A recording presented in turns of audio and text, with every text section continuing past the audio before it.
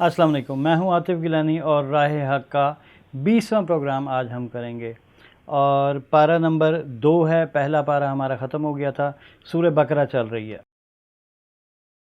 اور آج ہم سورہ بقرہ کی 146ویں آیت پڑھیں گے۔ اعوذ باللہ من الشیطان الرجیم، بسم اللہ الرحمن الرحیم۔ اب بیوقوف کہیں گے کہ مسلمانوں کو کس چیز نے اس قبلے سے پھیر دیا؟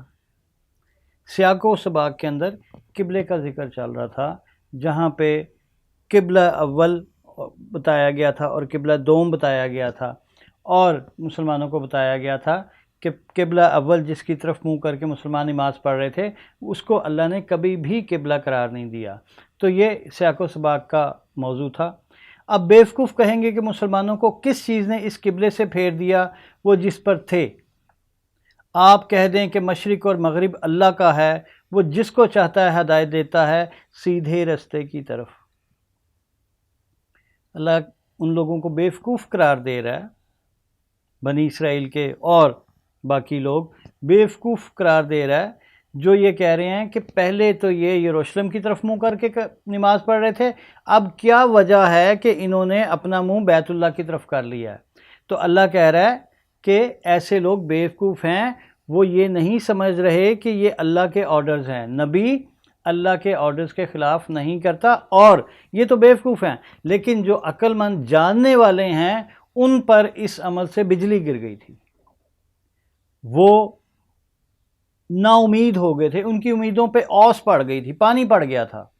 وہ جانتے تھے، بنی اسرائیل کے لوگ جانتے تھے، علماء ان کے جانتے تھے کہ جو یہاں پہ رسول آئے گا، جو آخری رسول آئے گا، آخری کتاب لے کے آئے گا، وہ اپنا رخ بیت اللہ کی طرف کرے گا۔ تو حضور صلی اللہ علیہ وسلم اور مسلمان جب رخ کر کے نماز پڑھ رہے تھے یروشلم کی طرف، تو وہ خوش تھے کہ یہ نبی تو فالس پروفٹ ہے، جھوٹا نبی ہے۔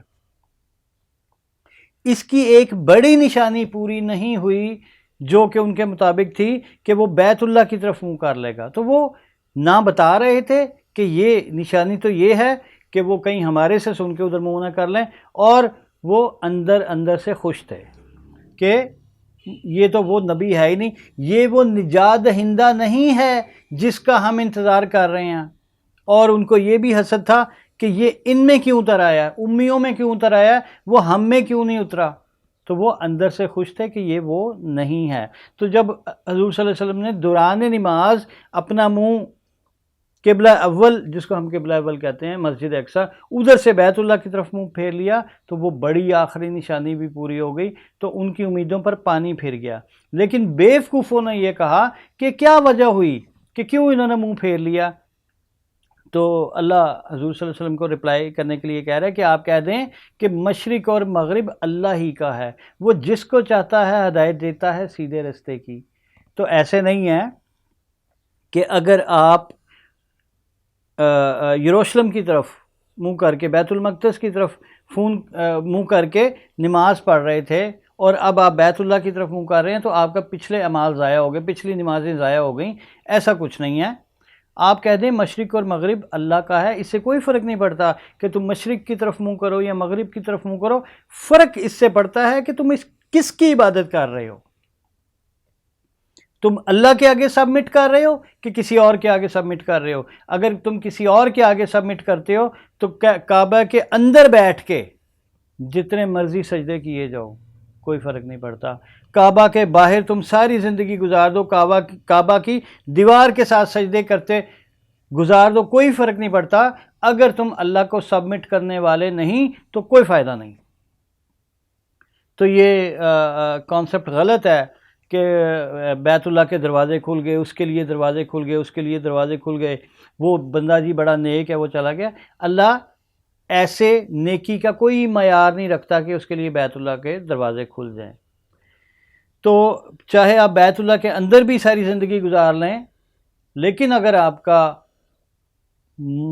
کا کوئی رب اور ہے آپ کے دل میں، آپ رب کو وہ امپورٹنس نہیں دے رہے جو اس کو دینی چاہیے، اور وہ امپورٹنس کسی اور کو دے رہے ہیں، تو یو آر ناٹ مسلم۔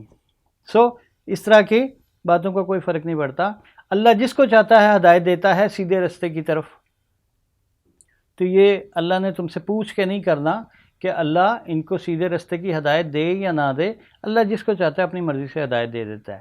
اور اسی طرح ہم نے تمہیں معتدل امت بنایا۔ معتدل کیا ہوتا ہے؟ درمیانی، جو ایکسٹریمسٹ نہیں ہے، کسی ایک پیک پر، کسی ایک ایکسٹریم پہ نہیں ہے، درمیان کے لوگ ہیں۔ ویسے بھی مسلمانوں کو کہا گیا ہے کہ معتدل رہا کرو، نہ تم اس پیک پہ چلے جاؤ کہ تم، اگر ہم ودن مسلمان دیکھیں، مسلمانوں کے اندر دیکھیں، تو مسلمانوں کا ایک فرقہ وہ ایسا آگے چلا گیا کہ اس نے نبی کو ایک عام آدمی بنا دیا اور بڑے بھائی جتنی عزت دینے کی باتیں کرنے لگے، اور ایک فرقہ ایسا تھا جس نے نبی اور رسول کو اٹھا کے اس کی عظمت کو اتنا اس میں غلو کیا کہ وہ اللہ کے ساتھ ملا دیا۔ تو یہ دو پیکس ہیں، ان دونوں سے منع کیا گیا، مسلمانوں کے اندر بھی، اور یہ بھی سابقہ امت مسلمہ تھی ان کے اندر بھی۔ تو یہودیوں کے اندر کیا تھا؟ یہودیوں کے اندر یہ تھا کہ انہوں نے رسولوں کی ہی قدر نہیں کی۔ ایک ان کی پیک تھی کہ جب ان کے رسول ان کے سامنے ہوتے تھے وہ تب بھی نہیں ان کی قدر کرتے تھے، اور اس کے ساتھ الٹے الٹے سوال کرتے تھے، الٹی الٹی باتیں کرتے تھے، الزام لگاتے تھے، حتیٰ کہ عزت کے بھی حرکات کرتے تھے۔ وہ ایسی باتیں بھی کرتے تھے جو نبی کے ساتھ نہیں کی جا سکتی، بدتمیزی میں آتی ہیں۔ ایک تو ان کا یہ رویہ تھا، دوسری طرف عیسائیوں کا رویہ یہ تھا کہ انہوں نے اپنے رسول کو اٹھا کر اللہ کا بیٹا بنا دیا، ان کو اٹھا کر اللہ کا بیٹا بنا دیا اور کہا کہ یہ اللہ کے سلفی بیٹے ہیں، اور پھر ایک اللہ کی بیوی بھی بنا دی، اور وہ ایک پورا خاندان بنا دیا، یعنی کہ مخلوق کو خالق کے ساتھ مرج کر دیا، ملا دیا، جو کہ ڈیفینیٹ دوسری پیک ہے، اور دونوں پیکس غلط ہیں۔ تو مسلمانوں کو اللہ نے معتدل امت بنایا ہے۔ مسلمانوں کو ان کا بھی پتہ ہے جو اس سائیڈ کے اوپر پیک پہ ہیں، اور جو دوسری سائیڈ کے اوپر پیک پہ ہیں، مسلمانوں کو ان کا بھی پتہ ہے، اور ان دونوں کو ختم کرتے ہوئے مسلمان ایک درمیان میں معتدل امت بنائی گئی۔ تو اس لیے معتدل امت بنائی گئی کہ تم ہو لوگوں پر گواہ، کہ تم لوگوں کی گواہی دو اپنے دور کے، مطلب میں اگر فرض کریں اپنے دور کے، اپنے زمان و مکان کے، اپنے ارد گرد کے لوگوں کے، اپنے حلقہ احباب کے لوگوں کی گواہی دے سکتا ہوں، معاملاتی گواہی ہے یہ، وہ گواہی نہیں ہے جو رسول یا نبی دیتا ہے، ٹھیک۔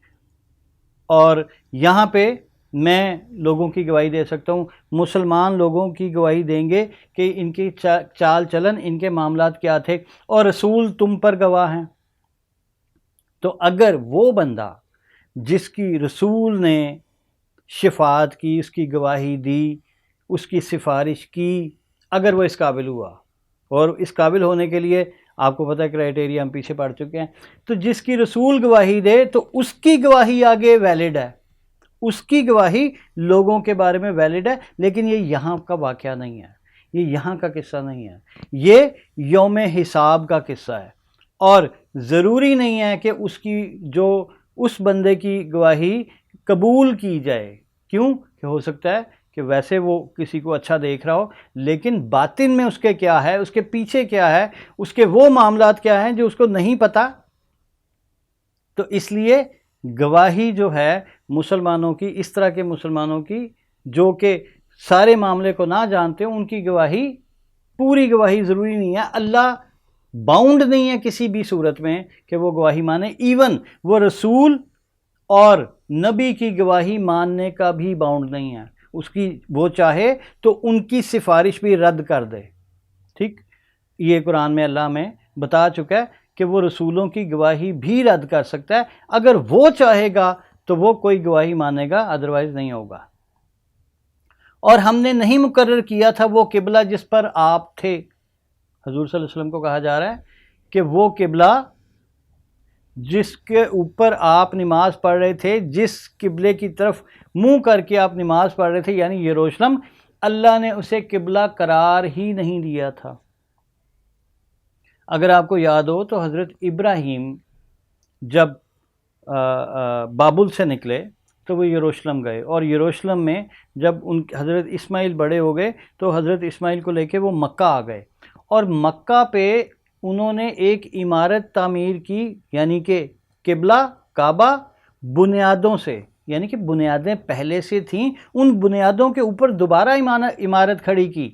تو یہ عمارت پہلے سے موجود تھی، حضرت ابراہیم سے بھی پہلے۔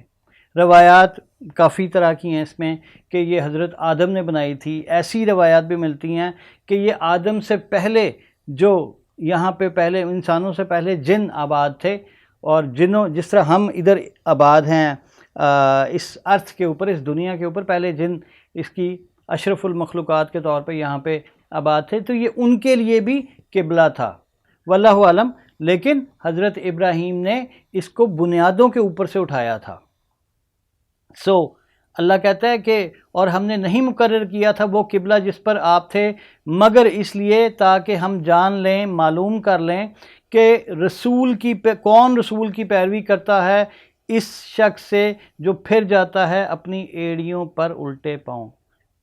اللہ کہہ رہا ہے کہ یہ آپ کو یروشلم کے اوپر نماز پڑھنے کی اجازت اس لیے دی گئی تھی تاکہ اللہ بعد میں معلوم کر لے کہ کون آپ کی پیروی کرتا ہے، جب آپ ان کے بنی اسرائیل کے جو لوگ مسلمان ہو گئے، ان کے مسلمان ہونے کی ایک وجہ یہ بھی تھی، کچھ لوگ ایسے بھی تھے جو یہ کہتے تھے کہ بھئی یہ ہمارے قبلے کی پیروی کر رہا ہے، تو یہ تو وہی انہی رسولوں کے سلسلے میں سے ہے، تو وہ ان کے ساتھ مسلمانوں کے آ گئے اور ان کو یہ دین ایک جیسا لگا، سملر لگا۔ تو اللہ کہتا ہے کہ وہ معلوم کر لے اللہ کہ ان میں سے کون آپ کی پیروی کرنے والا ہے اور کون شخص اپنی ایڑیوں پر پھر جاتا ہے، یعنی کہ کون منع کر دیتا ہے، نہ کر دیتا ہے۔ اور بے شک یہ بات بہت بھاری تھی مگر ان پر نہیں جنہیں اللہ نے ہدایت دی، اور اللہ ایسا نہیں کہ تمہارا ایمان ضائع کر دے، بے شک اللہ لوگوں کے ساتھ بڑا شفیق رحم کرنے والا ہے۔ تو اللہ ایسا نہیں ہے کہ وہ تمہارے پچھلے اعمال جو تمہیں نہیں پتا تھا کہ یہ قبلہ ہے کہ نہیں ہے، تم اس طرف کر کے جو نمازیں پڑھتے رہے، اللہ ایسا نہیں ہے کہ وہ ضائع کر دے، اللہ بہت شفیق اور رحم کرنے والا ہے۔ اس میں ایک بات اور کہ اللہ نے بنی اسرائیل کے لیے بھی وہ قبلہ مقرر نہیں کیا تھا، بنی اسرائیل کے لیے بھی وہ مسجد اقصی یا یروشلم قبلہ مقرر نہیں کیا گیا تھا۔ ایک قرآن ہمیں ہسٹوریکل فیکٹ، تاریخی حقیقت ہمیں قرآن بتاتا ہے کہ جب مصر میں کیپٹیوٹی میں تھے، یہ ان کی غلامی میں تھے فرعون وغیرہ کی، تو وہاں پہ اللہ نے ان کو مسجدیں بنانے کے لیے کہا تھا، اللہ کی عبادت کے لیے، اور کہا تھا کہ اس کو قبلہ رخ بناؤ۔ اور قبلہ کیا کس کے لیے ورڈ تھا؟ بیت اللہ کے لیے۔ تو وہ مسجدیں جو بنی تھیں وہ قبلہ رخ تھیں، اور یہ بات بنی اسرائیل کے عوام، زیادہ تر عوام یا کہہ لیں کہ خواص اور علماء اچھی طرح جانتے تھے کہ کیا معاملہ ہے، اور ڈیفینیٹ ان کی کتابوں میں بھی یہ درج تھا۔ اور یہ حضور صلی اللہ علیہ وسلم کو جن نشانیوں پہ پرکھ رہے تھے ان میں سے ایک نشانی یہ بھی تھی کہ آپ بیت اللہ کی طرف منہ کر کے سجدہ کریں گے، عبادت کریں گے، نماز پڑھیں گے۔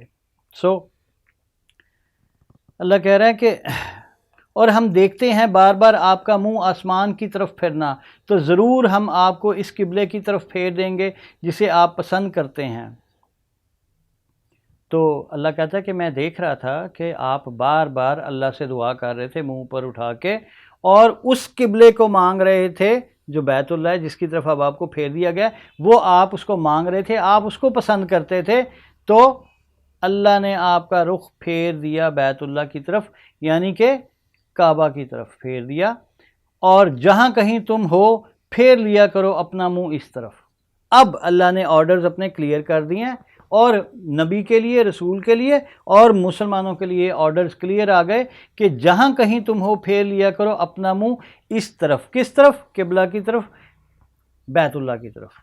اور بے شک اہل کتاب ضرور جانتے ہیں کہ یہ حق ہے ان کے رب کی طرف سے، اور یہ بات کہ بیت اللہ قبلہ ہوگا، یہ بات بنی اسرائیل کے لوگ اچھی طرح جانتے ہیں، ان کو اس میں کوئی شک نہیں ہے، وہ جانتے ہیں کہ یہ حق ہے اس قبلے کی طرف، اس بیت اللہ کی طرف منہ کر کے سجدہ کرنا، نماز پڑھنا حق ہے، اور یہ بات ان سے بھولی ہوئی نہیں ہے. اللہ ہمیں بتا رہا ہے کہ ان کو پتہ ہے یہ بات، اور اللہ اس سے بے خبر نہیں جو وہ کرتے ہیں. اور اگر آپ لائیں اہل کتاب کے پاس تمام نشانیاں، اگر آپ اس سلسلے میں یا حق کے کسی اور سلسلے میں بھی جو کہ ان کے حق میں نہیں جاتا، جو انہوں نے دین بنا رکھا ہے، جو انہوں نے مذہب بنا رکھا ہے، جو انہوں نے اپنے مذہب میں کرپشن کی ہوئی ہے، اگر وہ اس کے برخلاف اگر آپ کوئی حق لے کے آئیں گے، کسی طرح کا بھی کوئی حق لے کے آئیں گے کسی معاملے پہ بھی، تو وہ آپ کی بات ہرگز نہیں مانیں گے. اور اگر آپ لائیں اہل کتاب کے پاس تمام نشانیاں، پھر بھی وہ آپ کے قبلے کی پیروی نہ کریں گے، نہ آپ ان کے قبلے کی پیروی کرنے والے ہیں. ڈیفینیٹ وہ اپنے فائدے کے پیچھے، اپنے سرداری کو قائم رکھنے کے پیچھے، اپنی فضیلت جو ان کو دی گئی تھی، جو کہ ڈیفینیٹ ان سے چھن گئی ہوئی تھی، ڈیفینیٹلی چھن گئی ہوئی تھی، اس کو قائم رکھنے کے لیے وہ آپ کے قبلے کی کبھی پیروی نہیں کریں گے. اور آپ کے پاس حق آ چکا ہے تو ڈیفینیٹلی آپ بھی نہیں ان کے قبلے کی پیروی کریں گے. تو یہ سلسلہ ایسے ہی رہے گا. اور اگر آپ نے ان کی خواہشات کی پیروی کی اس کے بعد کہ آپ کے پاس علم آ چکا، تو اب بے شک آپ بے انصافوں میں سے ہوں گے. لیکن اگر آپ نے نرمی دکھائی، اس لیے نرمی دکھائی کہ میں بنی اسرائیل کو، اہل کتاب کو تھوڑی سی رعایت دے کے اپنے ساتھ ملا لوں اور وہ قریب آ جائیں تو میں ان کو سمجھا لوں، تو وہ آ کے ہمارا کلچر اور ہمارا دین اڈاپٹ کر لیں، ایک دفعہ آئیں تو صحیح. کسی بھی وجہ سے اگر آپ نے کوئی نرمی کی، کوئی ان کی خواہشات کی تھوڑے لیول پہ بھی پیروی کی، اس کے بعد کہ آپ کے پاس اصل بات آ چکی ہے، تو پھر یہ آپ بے انصافوں میں سے ہوں گے. یہ محمد صلی اللہ علیہ وسلم کو کہا جا رہا ہے. اللہ تنبیہ کر رہا ہے کہ ایسا ہرگز مت کرنا. جب تمہارے پاس حق آ گیا تو ان کی باتوں کو رد کر دو، ورنہ آپ بے انصافوں میں سے ہو جائیں گے. اور جنہیں ہم نے کتاب دی وہ اسے پہچانتے ہیں جیسے وہ اپنے بیٹوں کو پہچانتے ہیں. تو یہ اہل کتاب اس بیت اللہ کو ایسے پہچانتے ہیں، اس بیت اللہ کو ایسے پہچانتے ہیں جیسے اپنے بیٹوں کو. لاکھوں کے مجمع میں بھی آپ اپنے بیٹوں کو بڑی آسانی سے پہچان سکتے ہیں. آپ ان کو دیکھتے ہی پہچان جائیں گے کہ یہ میری اولاد ہے، اور ڈیفینیٹ وہ اولاد آپ کے پاس رہی بھی ہوگی. تو آپ ایسے جیسے اپنے بیٹوں کو پہچانتے ہیں ویسے اس حق کو پہچانتے ہیں. لیکن وہ حق کے منکر ہو گئے. کیوں؟ کہ اس میں ان کا نقصان تھا، ان کی سرداری جاتی تھی، ان کی بڑائی جاتی تھی، اور وہ اس بات سے خائف تھے کہ ان کو ان کے علاوہ دنیا کے کوئی پڑھے لکھے ترین لوگ کہلائیں، ان کے علاوہ ان کا کوئی ایسا لیڈر دنیا کا ہو جو ان سے آگے ہو اللہ کے معاملے میں. اور بے شک ان میں سے ایک گروہ حق کو چھپاتا ہے، حالانکہ وہ جانتے ہیں. ان میں سے ایک گروہ اچھی طرح جانتا ہے کہ یہ کیا معاملات ہیں، یہ کیا سلسلے ہیں، لیکن وہ حق کو چھپاتے ہیں. یہ حق ہے آپ کے رب کی طرف سے، پس آپ نہ ہو جائیں اس سے شک کرنے والوں میں. اور ہر ایک کے لیے ایک سمت ہے جس طرف وہ رخ کرتا ہے، پس تم نیکیوں میں سبقت لے جاؤ. تم اس چیزوں کو چھوڑو کہ یہ کیا معاملات ہیں، تم اپنی روش پہ قائم رہو، تم اپنے معاملات کرو، اور ایک سمت جو سب کے لیے مقرر کی گئی ہے وہ اس پہ قائم رہے. لیکن اس سے کوئی فرق نہیں پڑتا. فرق اس سے پڑتا ہے کہ نیکیاں کس کی زیادہ ہیں. جہاں کہیں تم ہوگے اللہ تمہیں اکٹھا کر لے گا، اور قیامت کے دن جہاں کہیں تم لوگ پھیلے ہوگے، ادھر ادھر بکھرے ہوگے، اللہ تمہیں اکٹھا کر لے گا، ایک جگہ لا کے تمہارا حساب کر دے گا. دین سارے معاملات جو ہیں ان کا رزلٹ آ جائے گا، ان کا فیصلے کر دیے جائیں گے اختلافات کے معاملات کے. بے شک اللہ ہر چیز پر قدرت رکھنے والا ہے. اور جہاں سے آپ نکلیں اپنا رخ مسجد حرام کی طرف کر لیں. جہاں سے نکلیں، اب یہ مسلمانوں کو تنبیہ کی جا رہی ہے، دوبارہ وہی پچھلے آرڈر تنبیہ کی جا رہی ہے کہ آپ جہاں سے نکلیں، جہاں پہ بھی آپ ہوں، آپ قبلے کا تعین کریں اور اپنا رخ مسجد حرام کی طرف کر لیں. تو یہ تقریباً یہاں پہ یہ موضوع یہاں پہ صرف اس مقام پہ کمپلیٹ ہو گیا. یہ پھر تھوڑا تھوڑا اس کا ذکر آئے گا، تو اس سے آگے ہم انشاءاللہ اپنے اگلے پروگرام میں پڑھیں گے اور سمجھنے کی کوشش کریں گے کہ اللہ ہمیں کیا ہدایت دے رہا ہے اور ہمیں اس کو کس طرح کنسیو کرنا ہے۔ اگر ہم اللہ کی ہدایات کو، اللہ کے احکامات کو نہیں سمجھ سکے تو ہمارا گھاٹا ہے، اللہ بے نیاز ہے، اس کو کوئی فرق نہیں پڑتا۔ تو یہ سب جو ہم پڑھ رہے ہیں، آپ اور میں اس کو سمجھنے کی کوشش کر رہے ہیں، اس میں سراسر ہمارا فائدہ ہے۔ اللہ حافظ۔